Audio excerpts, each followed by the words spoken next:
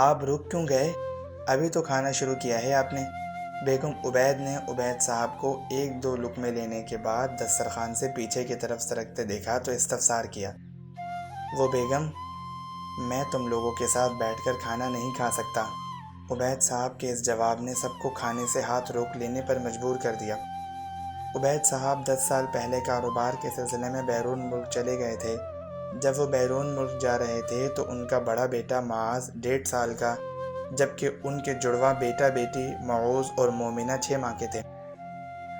درمیان میں وہ بہت تھوڑے وقت کے لیے آتے رہے تھے۔ اس بار وہ سب سے زیادہ تاخیر سے آئے تھے، پورے 1.5 برس کے بعد۔ لیکن اچھی بات یہ تھی کہ اب وہ ہمیشہ کے لیے اپنا کاروبار سمیٹ کر پاکستان آئے تھے۔ آج صبح ہی ان کی واپسی ہوئی تھی اور اس وقت وہ اپنی اماں، بیگم اور بچوں کے ساتھ کھانا کھا رہے تھے۔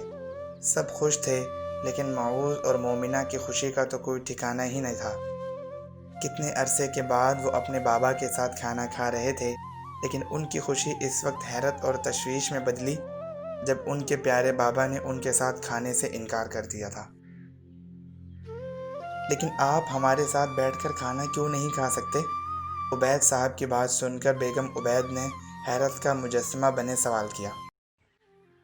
کیونکہ اس دسترخوان پر میرا بدترین دشمن موجود ہے، اور میں بھوک تو برداشت کر سکتا ہوں، لیکن اپنے اس دشمن کے ساتھ بیٹھ کر کھانا ہرگز نہیں کھا سکتا۔ عبید صاحب خشک لہجے میں بولے تو کافی دیر سے خاموش بیٹھی عبید صاحب کی والدہ یعنی بچوں کی دادی جان غصے سے بولی، عبید میاں، تمہارا دماغ تو نہیں چل گیا؟ میں تمہاری ماں اور یہ تمہارے بیوی بچے ہیں، بھلا ہم تمہارے بدترین دشمن کیسے ہو گئے؟ دادی کی بات سن کر عبید صاحب نے مسکراتے ہوئے ان کا ہاتھ تھام لیا اور پیار سے بولے، میری امی جان، آپ میں سے کوئی بھی میرا بدترین دشمن نہیں ہے، لیکن میرا بدترین دشمن اس وقت آپ کے ساتھ موجود ضرور ہے۔ بھائی، یہ کیا بات ہوئی؟ ہمیں تو یہاں کوئی اور دکھائی نہیں دے رہا۔ دادی بچوں کی طرح ناراض ہوتے ہوئے بولی اور پھر کچھ سوچ کر دونوں ہاتھوں سے سر تھام کر کہا، ہائے اللہ رحم عبید میاں، تمہیں امریکہ میں کوئی بھوت تو نہیں چمٹ گیا؟ دادی جان کی اس بات پر عبید صاحب تو کھلکھلا اٹھے، جبکہ بچوں اور بیگم عبید کے چہروں پر بھی حیرت کے مضبوط قبضے کے باوجود ایک خفیف سی مسکراہٹ جگہ بنانے میں کامیاب ہو گئی۔ نہیں میری پیاری امی جان، عبید صاحب نے پیار سے کہا اور پھر بولے، بات دراصل یہ ہے کہ دائیں ہاتھ سے کھانا سنت ہے، اور بائیں ہاتھ سے کھانے کے بارے میں صحابی رسول حضرت عبداللہ بن عمر رضی اللہ تعالیٰ عنہ کی روایت ہے کہ آپ صلی اللہ علیہ وآلہ وسلم نے فرمایا کہ بائیں ہاتھ سے شیطان کھاتا پیتا ہے، اور حضرت عائشہ صدیقہ رضی اللہ تعالیٰ عنہ کی ایک روایت سے معلوم ہوتا ہے کہ جو بائیں ہاتھ سے کھاتا ہے، شیطان اس کے ساتھ شریک ہو جاتا ہے اور کھاتا ہے۔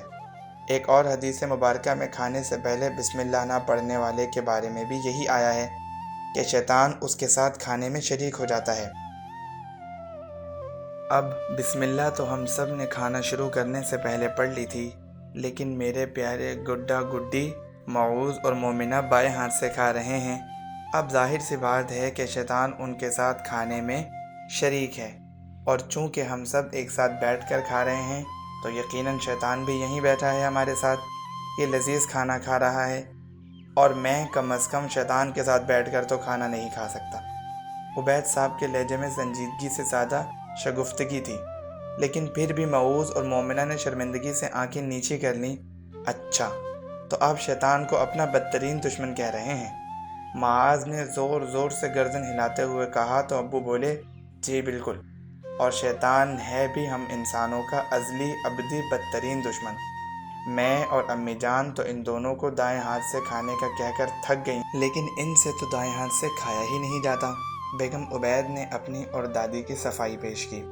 نہیں امی، اب ہم دائیں ہاتھ سے کھائیں گے، معوذ نے پرعزم لہجے میں کہا تو مومنہ بھی پرجوش انداز میں مکہ لہرا کر بولی، اور اپنے بدترین دشمن کو یہاں سے بھگائیں گے، اور پھر ابو ہمارے ساتھ کھانا کھائیں گے۔ معاذ نے شوخی سے کہا تو سب کھلکھلا اٹھے اور پھر کھانے میں مصروف ہو گئے۔ معوذ اور مومنہ دائیں ہاتھ سے 3 سال کے بچوں کی طرح کھا رہے تھے، اور سب انہیں دیکھ کر پیار سے مسکرا رہے تھے۔